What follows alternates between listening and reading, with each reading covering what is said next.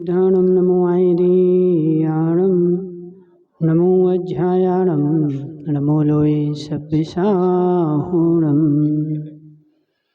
पंच परमेष्टि भगवान की अनंत अनंत सिद्ध परमेष्टि भगवान की 1008 देवादेव वासुपूज्य भगवान की 1008 देवादेव श्री राम भगवान की आचार्य भगवान रविसेन स्वामी की आचार्य भगवान विद्यासागर जी महाराज की आचार्य भगवान विशुद्ध सागर जी महाराज की। यहाँ पे अपनी चर्चा चल रही थी पद्म पुराण की, और जिसमें अपन क्या देख रहे थे कि कुलभूषण देशभूषण मुनिराज को केवल ज्ञान हो गया था, और केवल ज्ञान होने के बाद राम ने उनसे पूछा था कि हमें आपके पूर्व भाव सुनने हैं। तो वह केवली भगवान कुलभूषण देशभूषण अपने ही पूर्व भाव सुना रहे थे। तो ये पूर्व भाव में जो थे उदित और मुदित के भाव में थे, ठीक है। और वसुभूति से उन्होंने उदित और मुदित के भाव में बैर लिया था, वसुभूति को मार डाला था। तो वसुभूति को मारने के बाद वह उन दोनों भाइयों से वसुभूति ने बैर धारण कर लिया था, और वह बैर जो है भाव भाव में चलता चलता वो दोनों की दोनों रत्न रथ और विचित्र रथ बन गए। कौन? उदित और मुदित, ठीक है। वो तो बन गए थे कौन? रत्न रथ और विचित्र रथ। और जो वसुभूति का जीव था वो उन्हीं की सौतेली माता से जन्म के अणुधर बना था, ठीक है।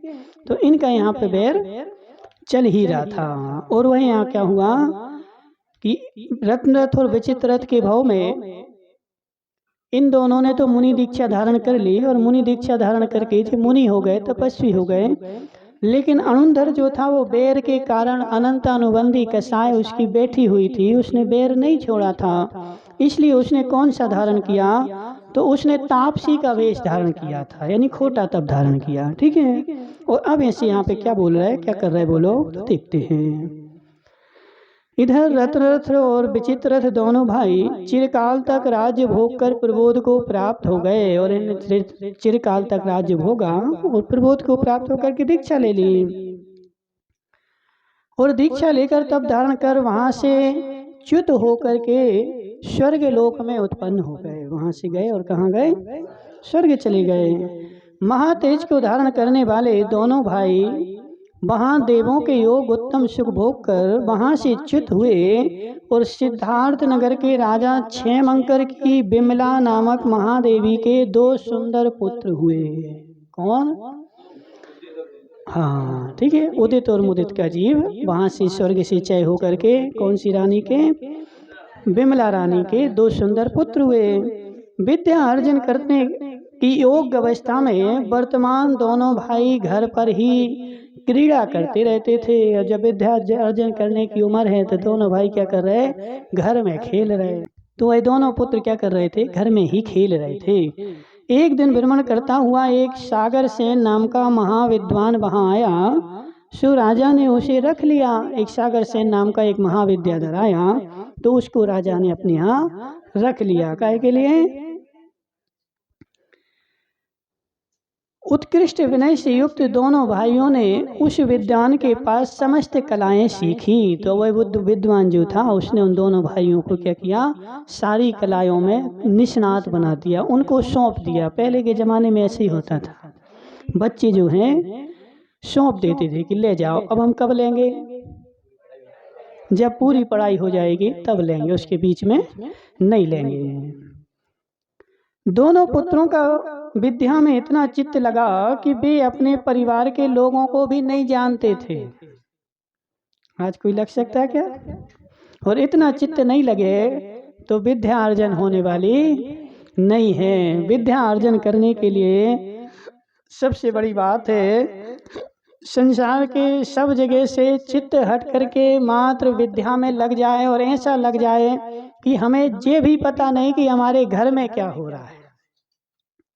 समझ रहे ना? यदि ऐसी परिणति बन जाए तो विद्या सिद्ध होगी। और यदि रोज रोज तुम घर में फोन लगाओ, घर वालों से बात करो, घर में पूछो तो विद्यार्जन होने वाली नहीं है। तो वास्तव में देखो ऐसे ही है, जितने कड़े नियमों के अनुसार तुम विद्या अर्जन करोगे उतनी विद्या तुम्हारी तटस्थ आएगी, और यदि ढोल मोल के अनुसार करोगे तो विद्या वो रहने वाली नहीं है। इसलिए तो आज के बच्चे ऐसे कि पढ़ पढ़ा के तो सब पढ़ा बन गए, लेकिन पूछो सो कुछ नहीं आता है। बहुत सारे लोग हैं अरे वास्तव में जो पढ़ाई होती है वो ऐसी होती है। तो ये दोनों के दोनों जो विद्यार्थी थे वो क्या कर रहे, पढ़ने में इतने निपुण हो गए कि उनको ये भी पता नहीं कि हमारे परिवार में क्या हो रहा है। यथार्थ में उनका संपूर्ण चित्त विद्या और विद्यालय में ही लगा रहता था। उपाध्याय चिरकाल के बाद पुत्रों को निपुण बनाकर पिता के पास ले गया, सो पिता ने पुत्रों के योग उपाध्याय का यथा योग्य सम्मान किया। बहुत सारे दिन बाद वो महल में नहीं रह रहे थे, कहाँ रह रहे थे, महल से बाहर रह रहे, कुटिया में। महल में रखोगे तो विद्या सिद्ध नहीं होगी, कहाँ रहना पड़ेगा पल्लू भाई, गुरुकुल में जाना पड़े, घर छोड़ करके जंगल में रहना पड़े तो विद्या सिद्ध हो। ठीक है, आज तक किसी को भी नहीं हुई घर में रह करके। इसीलिए केवल ज्ञान भी एक विद्या है, घर में नहीं होती।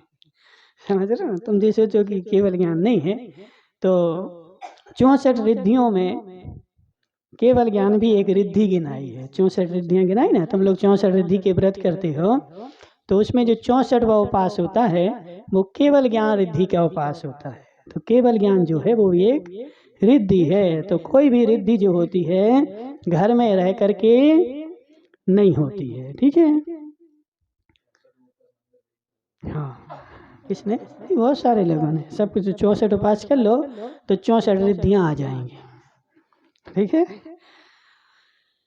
तदनंतर पिता ने हम दोनों के विवाह के योग्य राज कन्याएं बुलवाई। यह समाचार उनके कर्ण मार्ग तक पहुंच गया। अब जो दोनों बच्चे के पढ़ के आ गए, बड़े हो गए, तो राजा ने क्या किया, नगर नगर में खबर भेज दी कि हमारे दोनों बच्चों की विवाह होने हैं, तो जिनको अपनी कन्याओं के साथ करने हो सो वो सब आ जाओ। तो सबके सब आ चुके। तदनंतर परम कांति के श्रीयुक्त दोनों भाई एक दिन नगर के बाहर जाने के लिए उद्यत हुए थे, सो उन्होंने झरोके में बैठी नगर की शोभा स्वरूप एक कन्या देखी। बाहर जाने के लिए उद्यत हुए थे तो एक दिन उन्होंने एक कन्या देखी। अब वो कन्या कौन थी, तो अब देखो पढ़ाई में इतने मस्त हो गए कि हमें ये भी पता नहीं है कि हमारी कोई बहन भी है, क्योंकि जब यहाँ से गए थे तब बहन नहीं थी। वहाँ जब विद्या अध्ययन कर रहे थे तब वो बहन उत्पन्न हुई थी, लेकिन माता पिता ने उसका समाचार भी उनको नहीं दिया। समझ रहे ना, इतना बड़ा समाचार भी अपने पुत्रों को नहीं दिया, क्योंकि मैं यदि ये समाचार दूंगा तो उनके विद्या अर्जन में विघ्न पड़ेगा, बाधा पड़ेगी, वह विद्या का अर्जन नहीं कर पाएंगे। तो इसलिए हे जीव, विद्या का अर्जन करना है तो सारे संसार को भूलना पड़ेगा। महाराज याद नहीं होता, ऐसे थोड़ी है, ऐसे थोड़ी याद हो। याद होने के लिए क्या करना पड़ता है, विद्या अर्जन करनी पड़ती है, और विद्या अर्जन करने के लिए कुछ ना कुछ त्यागना पड़ता है, छोड़ना पड़ता है। संसार के सुख में रह करके किसी को आज तक विद्या अर्जन नहीं हुई, और जिसको हुई भी है, मार साहब आ गए भीमपुर वाले, मार साहब, सच्ची विद्या जो अर्जन होती है वो सुख को छोड़ने के बाद ही होती है। जब तक तुम सुखमय रहोगे तब तक विद्या अर्जन नहीं होगी, और वो विद्या अर्जन होगी भी तो समाधि तंत्र में लिखा है कि सुख में विद्या अर्जन की हुई दुख के आने पर विलीन हो जाती है। समझ रहे ना, सुख पूर्वक जो विद्या अर्जन करी है वह जैसे ही तुम्हारे पास दुख आएगा वह विद्या तुम्हारी विलीन हो जाएगी। ऐसा हम नहीं बोल रहे, पूज्य पाद स्वामी समाधि तंत्र में उन्होंने बोला है। इसलिए क्या करना चाहिए, अपने चित्त को बार बार दुख से भावित करते रहना चाहिए। ठीक है, दुख से भावित करते रहोगे तो दुख के आने पर घबराएगा नहीं। और जो जीव हमेशा सुख में रहा, थोड़ा सा दुख आया तो घबरा गया। इसलिए तो आजकल के बच्चे ऐसे हैं कि पढ़ करके तो इंजीनियर बन गए, लेकिन एक कील दे दो कि दीवार में ठोक दो, तो एक कील दीवार में नहीं लगा सकते। क्यों? 10 का नोट दे दो कि जाओ बाजार से सब्जी खरीद लाओ, नहीं ला सकते। इंजीनियर बन गया, 90%, 99%, 98% आ गए, लेकिन सब्जी खरीदना नहीं आता। क्यों नहीं आया? क्योंकि तुमने वो विद्या थोड़ी अर्जन करी। देखो विद्या में और ज्ञान में बहुत अंतर है। मार साहब, इनका क्या नाम है? अक्षय जी मार साहब। विद्या में और ज्ञान में महान अंतर है। ज्ञान भिन्न होता है, विद्या भिन्न होती है। विद्या जो होती है वह विस्तार से सहित होती है, और ज्ञान जो होता है वो संकीर्ण होता है। ज्ञान जो धारणा ज्ञान है ना, आजकल के लोग धारणा ज्ञान ज्यादा है लोगों को, श्रुत ज्ञान कम है, मति ज्ञान ज्यादा है। मति ज्ञान का क्या मतलब है? याद कर लिया, जितना रटा है उतना तो वो बता देगा, लेकिन आगे पीछे का समझ रहे हैं ना, जितना उसने पढ़ा था उतना तो बता देगा। जैसे वहां पे क्वेश्चन आया कि रामू की आयु 25 वर्ष है, इनके पिताजी इनसे 4 गुने बड़े हैं, तो इनकी पिताजी की आयु कितनी होगी? तो उसने सवाल हल कर दिया, लेकिन रामू की जगह हमने वहां पे लिख दिया कि श्याम की आयु इतनी है। अरे वो तो मार साहब ने तो रामू की बताई थी। ये तो है ही नहीं, ये प्रश्न हमारे कोर्स में ही नहीं है। हमारे में तो रामू की है, श्याम की तो है ही नहीं। तो इसको तो रामू की तो वो कर पा रहा है, लेकिन श्याम की नहीं पर कर पा रहा है। इसका क्या मतलब अक्षय माठ साहब? उसका श्रुत ज्ञान का 6 ऑप्शन नहीं है, मति ज्ञान का तो है। जितना उसके मस्तिष्क में भरा है उतना तो बता देगा, लेकिन उसको थोड़ा सा घुमाओगे तो नहीं बता पाएगा। इसका मतलब है उसके पास मति ज्ञान तो है लेकिन श्रुत ज्ञान नहीं है। और आज वर्तमान के जो पढ़े लिखे लोग हैं वो ऐसे ही है, मति ज्ञान के ज्ञानी है, श्रुत ज्ञान नहीं है। समझ रहे ना? तो श्रुत ज्ञान प्राप्त करने के लिए क्या करना पड़े? सारे संसार को भूलना पड़े। कल पल्लू भाई हमारे पास बैठा था रात में 10 बजे, 10:30 बजे। समझ रहे ना? पल्लू भाई कैसा लग रहा था बताओ? है? सब लोग चले गए, उसके बाद वो बैठा था, कैसा लग रहा था? उस समय यानी ये छोटी सी जो घड़ी है, इस घड़ी की भी आवाज सुनाई दे रही थी। रात में जब 10, 11, 12 बजते हैं तो इस घड़ी की आवाज भी सुनाई देती है। अब अभी वर्तमान में तुम उस कान में भी डालोगे तो नहीं आएगी आवाज। तो रात में जब एकांत हो जाता है, सुनसान हो जाता है, तब चिंतन करने बैठते हो तो अपने अंदर की आवाज तुम्हें सुनाई देती है। लेकिन महाराज अब इतना तो फुर्सत ही नहीं, कहाँ है फुर्सत? आजकल तो क्या होता है, रात में भी बैठते हैं तो वो कान में मोबाइल लगा के बैठते हैं। हाथ में वो मोबाइल होता है और उसकी वो बीटें जो है कान में होती हैं। अब इतनी आवाज़ क्या है? तो इसलिए अंदर की आवाज़ सुनने के लिए एक कला है पल्लू भाई। रात में 10 बज जाए, 11 बज जाए, उसके बाद लंबे समय तक हाथ पे हाथ धर के बैठ जाओ, अपने मन को स्थिर करने का प्रयास करो। अपने मन को भटकेगा, मन सब जगह जाएगा, लेकिन उसको बार बार खींच के लाओ, खींच के ला करके अपने में स्थिर करो। उसको कोई भी चिंतन का पदार्थ मत दो। ऐसा आधा घंटे, पौन घंटे तक करते रहो। जब ऐसा प्रयास करोगे उसके बाद तुम्हें अपनी आवाज सुनाई देने लगेगी।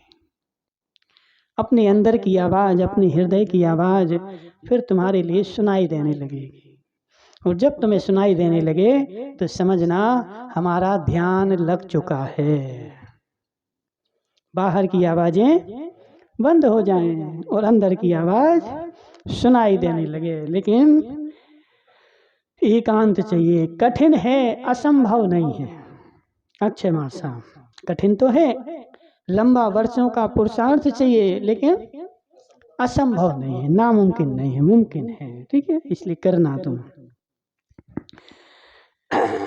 तो यहाँ पे क्या बोल रहे हैं कि वो जो दोनों पुत्र थे रत्न रथ और विचित्र रथ, दोनों के दोनों विद्या अर्जन करने गए थे और उनके पिता के यहाँ एक पुत्री का जन्म हो गया, लेकिन पिता ने उनको खबर नहीं भेजी। और पिता ने तो नहीं भेजी लेकिन आसपास के किसी ने भी नहीं भेजी। समझ रहे? जैसे अपन शिखर जी की यात्रा करने जाएं और घर में सूतक हो जाए, हम तो मोबाइल नहीं ले गए थे, लेकिन कोई गांव का होगा तो वो तुम्हें बता देगा, अरे तुम्हारे यहाँ तो सूतक हो गया। समझ रहे? वो बता ही देगा तुम्हारे यहाँ तो सूतक हो गया, तुम जैसा कर रहे। तो कहने का से क्या है कि सबको खबर रहती, लेकिन वहां पर इतनी निष्प्रयता थी कि उन दोनों बालकों को किसी ने कुछ भी नहीं बताया। उस कन्या का समागम प्राप्त करने के लिए वे दोनों भाइयों ने अपने मन में परस्पर एक दूसरे का वध करने का विचार कर लिया। देखो, दोनों भाई भव भव की मित्रता, भव भव के साथ में रहे, साथ में भव भव में मुनि बने, इसी भव में नहीं भव भव में मुनि बने, लेकिन एक कन्या को देख करके मोहित हो गए और एक दूसरे का वध करने के लिए तैयार हो गए। इसलिए संसार में लड़ाई की जड़ दो ही चीजें हैं, एक स्त्री और एक स्त्री है। जमीन भी स्त्री में ही आ गई। समझ रहे ना? वास्तव में जितनी भी संसार में लड़ाइयाँ होती हैं वो दो ही कारण से होती हैं। किस कारण से? स्त्री और स्त्री। और संसार में जो जीव भटक रहा है वो दो के कारण ही भटक रहा है, स्त्री के कारण और स्त्री के कारण। यदि दो को छोड़ दो अक्षय मार साहब, तो तुम्हारी मुक्ति 7 भव में हो जाएगी। दो छूट जाए, अंदर बाहर से ही नहीं, अंदर से भी। ठीक है, अंदर बाहर दोनों से दो छूट जाएं तो दो प्रकार से दो छोड़ो और मुक्ति को पाओ। बस ज्यादा नहीं छोड़ना। क्या छोड़ना है? दो ही छोड़ना। दो प्रकार से दो। ठीक है, तो उस कन्या के लिए उन्होंने क्या किया? एक दूसरे का वध करने का संकल्प कर लिया, मैं इसको मार डालूंगा।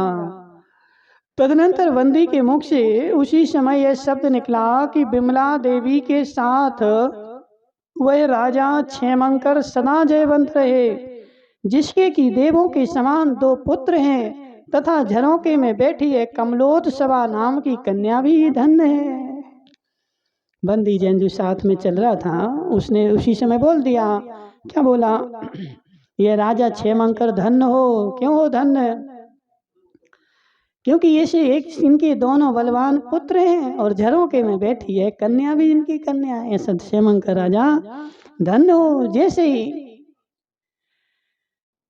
तदनंतर वंदी के कहने से यह हमारी बहन है ऐसा जानकर परम वैराग्य को प्राप्त हुए दोनों भाई इस प्रकार विचार करने लगे कि यहो, हम लोगों के द्वारा इच्छित इस भारी पाप को धिक्कार है, धिक्कार है, धिक्कार है। एक बार नहीं बोला, 3 बार बोला। हम लोगों के द्वारा भी कुछ किया नहीं है। क्या किया? मात्र मन में विचार किया, सोचा है। और सोचा है तो फिर आचार्य वो बोल रहे कि किसको किसको धिक्कार हो। अहो, मोह की दारुणता तो देखो कि जिससे हमने बहन की ही इच्छा कर डाली। ये मोह कितना खराब है। प्रवीण की अम्मा, मोह कितना खराब है कि अपने बहन की ही इच्छा बेचारे ने कर डाली। इस मोह को धिक्कार हो। 3 बार उन्होंने धिक्कार किया। हम लोग तो प्रमाद से ही ऐसा विचार कर दुखी हो रहे हैं, फिर अनजान जानबूझकर सदा ऐसा कार्य करते हैं। उनको तो भारी साहस ही करना पड़ेगा। क्या बोल रहे? हम तो अनजान में कर रहे, और संसार में जो व्यक्ति जानबूझ करके करता है उसको तो बड़ा साहसी ही मानना पड़ेगा, बड़ा बलवान है। जैसे एक वो कहावत आती ना, एक व्यक्ति था, घूमने जा रहा था, और घूमने जा रहा था तो रास्ते में उसकी शादी नहीं हुई थी, वो भी ऐसे ही था, अकलंक निकलंक जैसा, कि बचपन से कहाँ पढ़ा था, तो आश्रम में पढ़ा था। वो जानता ही नहीं था ये शादी क्या होती है, जी लफड़े क्या होते हैं, उसको कुछ भी पता नहीं था, समझ रहे हैं। तो एक दिन उनके गुरुजी ने बोले कि हे बेटा, अब तू बड़ा हो गया है, बाहर जा, संसार को जान समझ। सो गया बाहर, बाहर गया तो घूमने गया, तो एक दिन कुएं के पाट पर बैठा था। बैठे बैठे उसने क्या देखा कि एक कोई बहुत सारे लोगों का झुंड जा रहा है। तो उसने पूछा कि ये झुंड कहाँ जा रहा है, क्यों जा रहा है। तो लोगों ने बोला ये शादी हो रही। बोले शादी क्या होती है। बोले लड़का लड़की का मिलन होता है। फिर क्या होता है। बोले बच्चे होते हैं। फिर क्या होता है। तो संसार होता है। तो ऐसा होता है। तो वैसे सोच रहा था शादी हो रही तो किसकी होती है। तो जो बड़ा हो जाता है तो शादी हो जाती है। तो उसने सोचा और उसी कुएं के पाट पर वो लेट गया।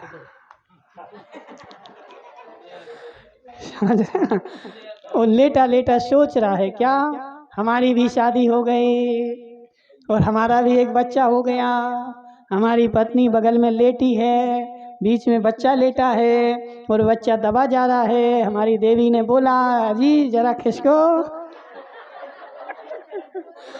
देखो बच्चा दबा जा रहा है, जरा खिसको। वो जरा सा खिसका। बोले जरा और खिसका, जरा और खिसका, जरा और खिसका। तो कुएं में जाके डुब हो गया और कुएं में डला डला डला डला चिल्ला रहा है बचाओ हमें, बचाओ हमें। तो नहीं, कोई नहीं सुना।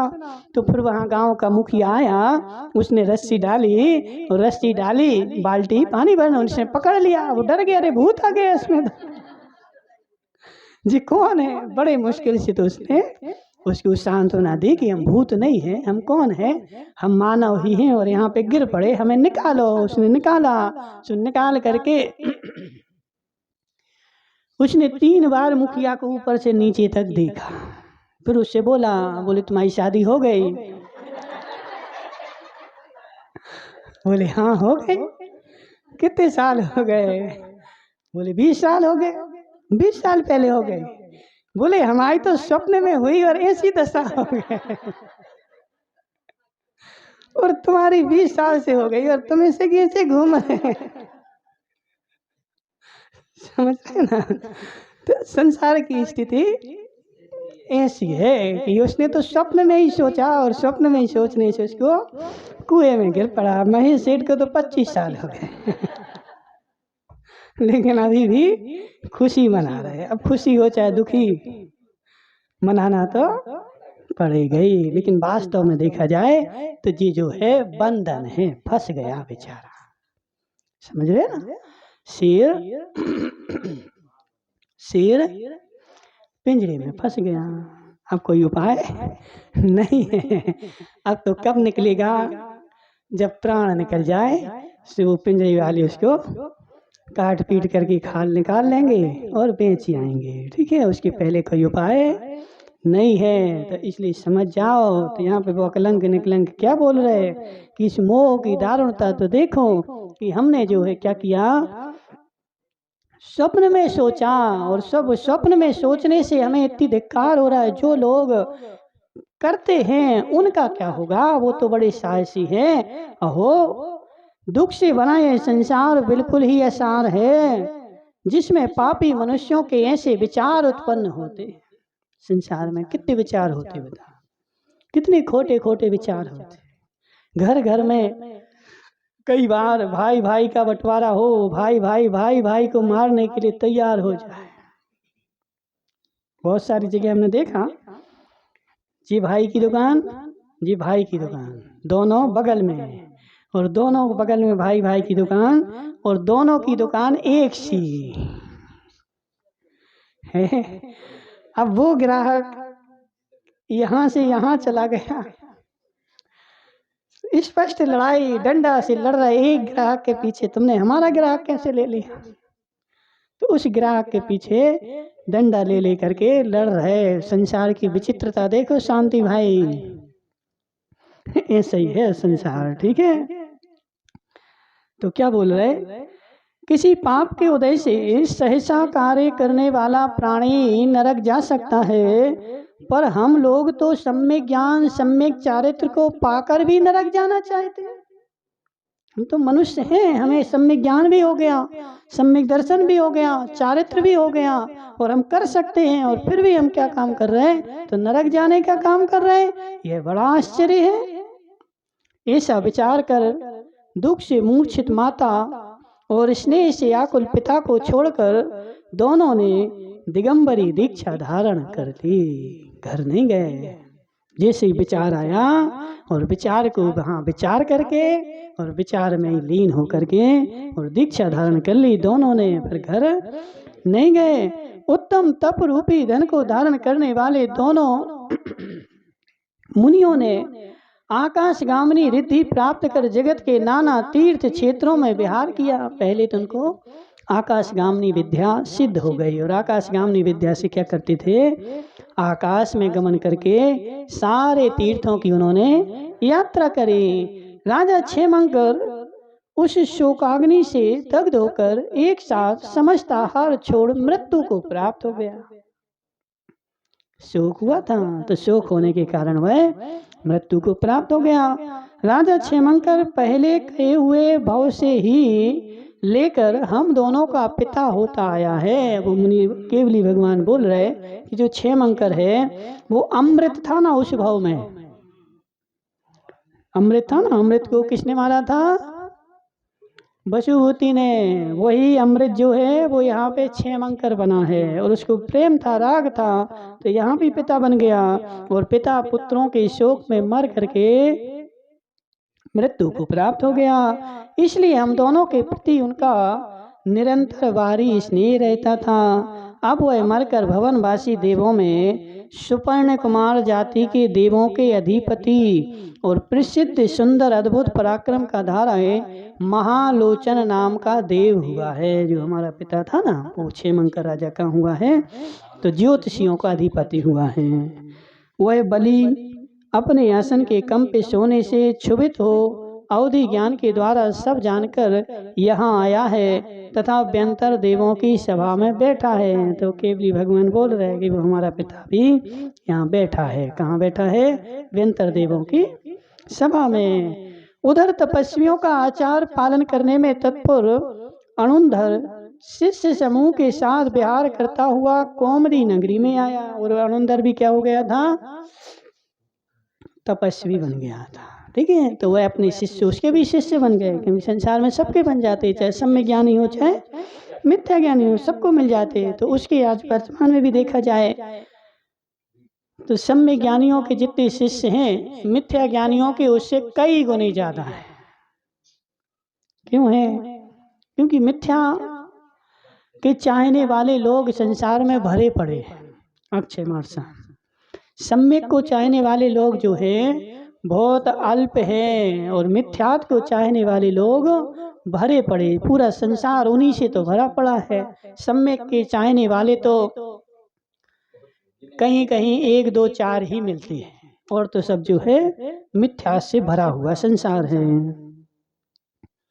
वहाँ का राजा सुमुख था, कौन सी, कौमदी नगरी का, और रतवती उनकी स्त्री थी, जो सैकड़ों स्त्रियों में प्रधान थी तथा परम सुंदरी थी। उसी राजा के उत्तम चेष्टा को धारण करने वाली एक मदना नाम की स्त्री वेश्या भी थी, जो ऐसा जान पड़ती थी मानो संसार को जीतकर कामदेव के द्वारा प्राप्त हुई है। वो अणुंधर जो था ना, यहाँ पे अणुंधर की कहानी चल रही है। तो अणुंधर विहार करता करता कौमुदी नगरी में गया, और कौमुदी नगरी में गया तो वहाँ का राजा सुमुख था, और उसके तप से वो प्रभावित हो गया। अरे बड़ा तपस्वी है, अग्नि के बीच में खड़ा खड़ा क्या कर रहा है, तप कर रहा है। तो तप करते करते उसने देखा तो वहाँ जो वेश्या थी, वही वेश्या ने राजा से बोला कि मैं इस तपस्वी का तप अभी बताती हूँ कैसा है। समझ रहे, तपस्वी बना फिर रहा है, अभी बताते हूँ। राजा बोला नहीं, ऐसा हो ही नहीं सकता, जी जो है जी तो महान तपस्वी है। नहीं, तो उस वेश्या ने क्या किया, उसने अपनी बेटी को संपूर्ण श्रृंगार करके उस अणुंधर के पास भेजा। काहे के लिए, उसको भ्रष्ट करने के लिए उसके पास भेजा, और उसके पास भेज करके उसकी बेटी ने समस्त प्रकार के हाव भाव दिखा करके, अब चूंकि वेश्या थी तो उसके पास सारी कलाएं थी, तो उसने अपनी कलाओं में उस तपस्वी को फंसा लिया और वह फंस गया। उसी प्रकार कामी मनुष्य मोह वश कष्ट और संताप को प्राप्त होता है, यह आश्चर्य की बात है। तो तपस्वी भी वहां पर फंस गया। तदनंतर वह तापस वेश्या के चरणों में सिर झुकाकर कन्या की याचना कर रहा है। और उस बेटी ने क्या बोला, यदि तुम्हें हम चाहिए है तो एक काम करो, हमारी माता यहाँ रहती है उसके पास चले जाओ। तो वो तपस्वी चला गया बेटी का हाथ मांगने, और वहाँ कन्या के वो तपस्वी क्या कर रहा था, तो उस वेश्या के चरणों में सिर रखे था, हमें बेटी दे दो।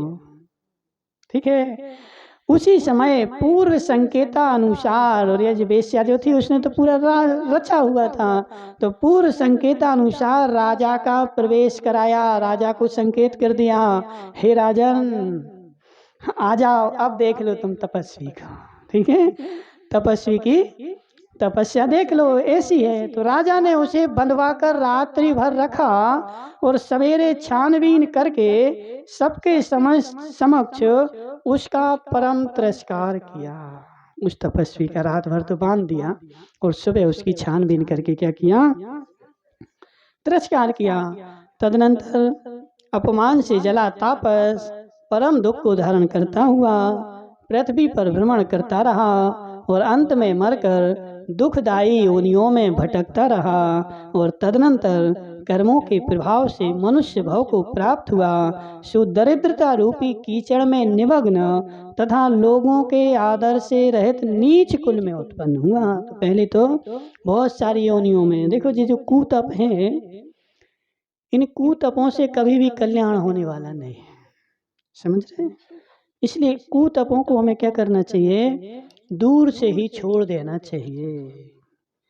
और वास्तव में सम्य ज्ञान के सहज जो तप होता है वही सम्यक होता है।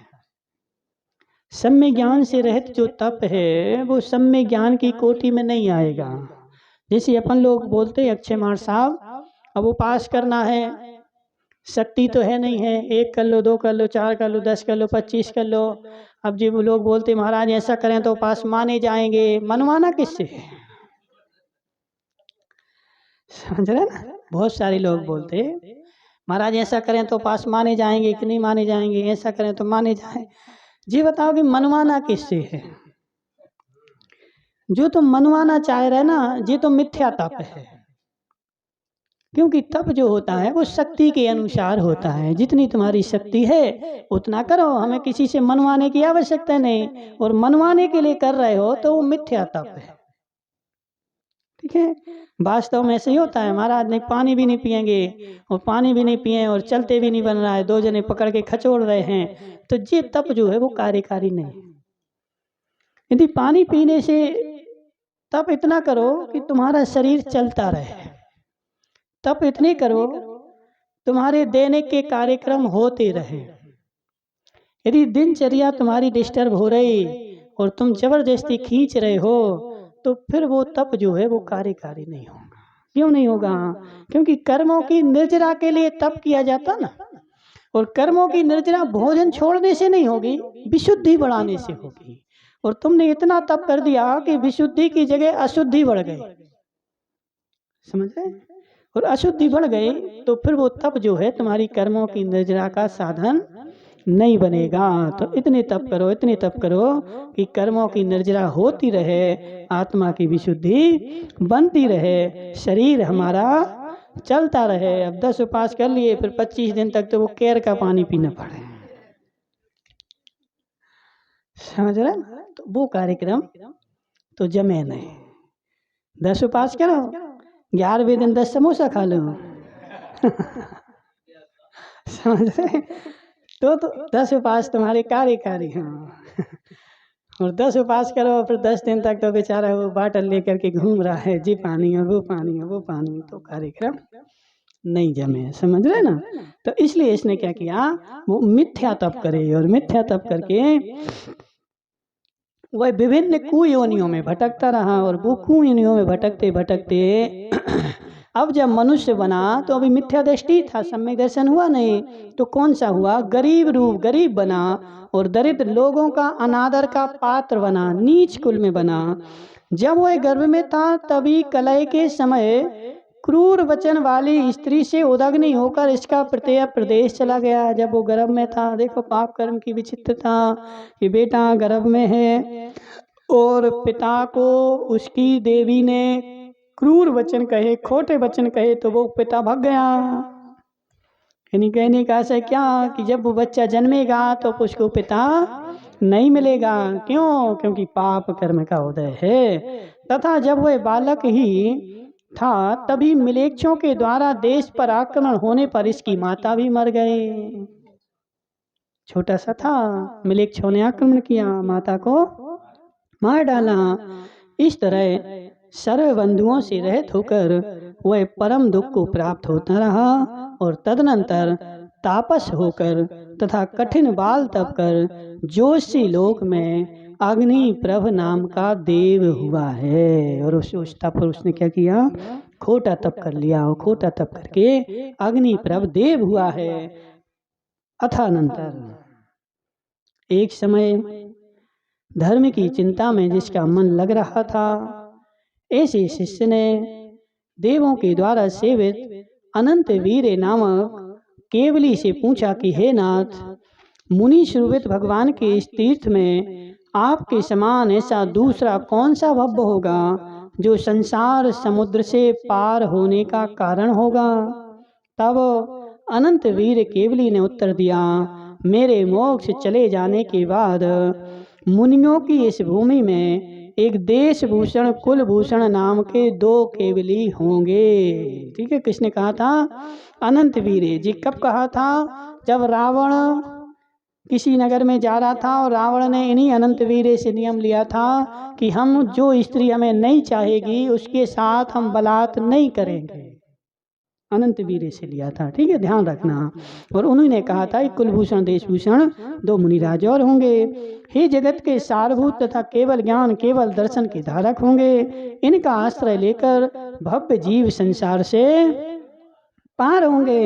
वह अग्नि प्रभ देव केवली के मुख से यह सुनकर तथा उन्हीं के कथन का ध्यान करता हुआ, यह जो अग्नि प्रभ देव है ना, वसुभूति का जीव, वो उनके केवली के संवत्सर में बैठा था। अब यहाँ से देखो जी आ गया अक्षय मार साहब, लोग बोलते कि मिथ्या दृष्टि समवसरण में नहीं जाते, अग्नि प्रभ तो बैठा है, समझ रहे ना। तो मिथ्या दृष्टि जीव भी समवसरण में जाते हैं, मिथ्या दृष्टि जीव समवसरण में नहीं जाए ऐसा कोई प्रमाण नहीं है। प्रमाण है मिथ्या दृष्टि भी कहाँ जाता है, भगवान के समवसरण में जाता है। तो वहाँ बैठा था और उसने सुना, तो वह एक दिन वह अग्नि प्रभ देव केवली के मुख से सुनकर उन्हीं के कथन का ध्यान करता हुआ अपने स्थान पर चला गया। और एक दिन अवधि ज्ञान से वह हम दोनों मुनियों को इस पर्वत पर विद्यमान जानकर मैं अनंत वीर सर्वज्ञ के वचन मिथ्या करता हूँ, क्योंकि मिथ्या दृष्टि था ना, तो उसने विचार कर लिया कि मैं क्या करता हूँ। अनंत वीर ने कहा था कि ये दोनों के दोनों केवली बनेंगे, हम इनको केवली नहीं बनने देंगे, देखते कैसे बनते हैं। देखो तो हम कैसे बनने देते, नहीं बन पाओगे।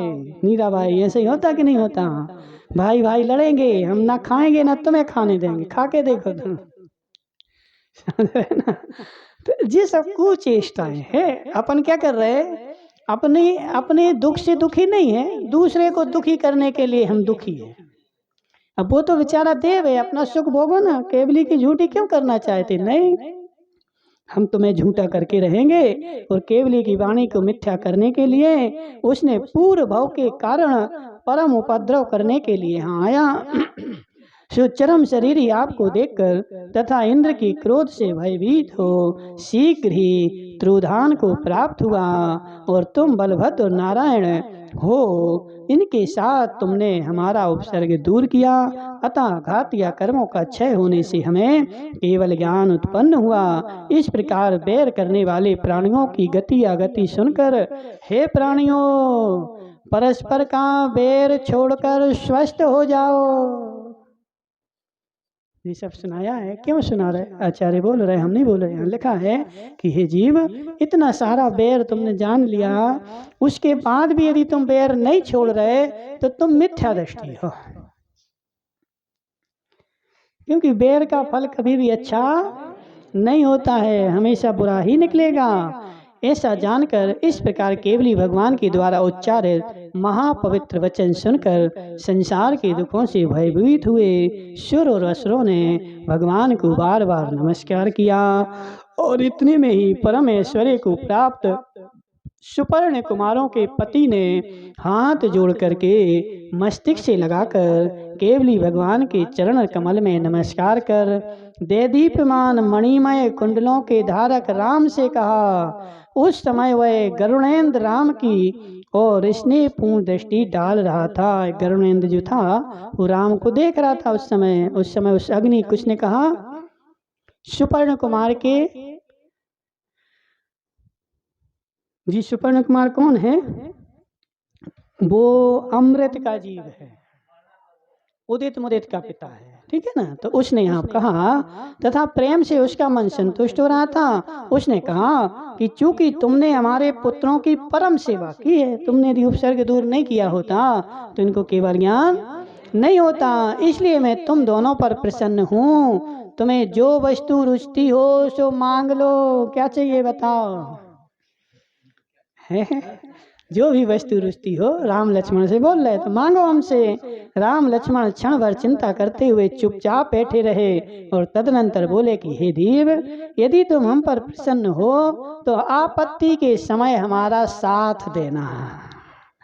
हमें धन नहीं चाहिए, दौलत नहीं चाहिए, क्या चाहिए? जब हमें आपत्ति हो, हम तुम्हारा स्मरण करें तो तुम हमारे पास आ जाना। साधु सेवा के प्रसाद से ही यह प्राप्त हुआ कि आप जैसे सत्पुरुषों के साथ मिलाप हुआ तथा संसार के द्वार से निकलने का मार्ग मिला, ऐसा ही हो। उसने उनको आशीर्वाद दे दी, ऐसा ही होगा। इस प्रकार गरुड़ेंद्र के कहने पर देवों ने शंख फूंके और अनेक प्रकार के वादित्रों के साथ मेघों के समान शब्द करने वाली भेरियां बजाएं और मुनियों के पूर्व भाव सुनकर परम संवेग को प्राप्त कितने ही लोगों ने दीक्षा धारण कर ली। वहां जो बैठे थे ना, बहुत सारे लोगों ने दीक्षा धारण कर ली। अब यहाँ तो एक भी नहीं कर रहा है।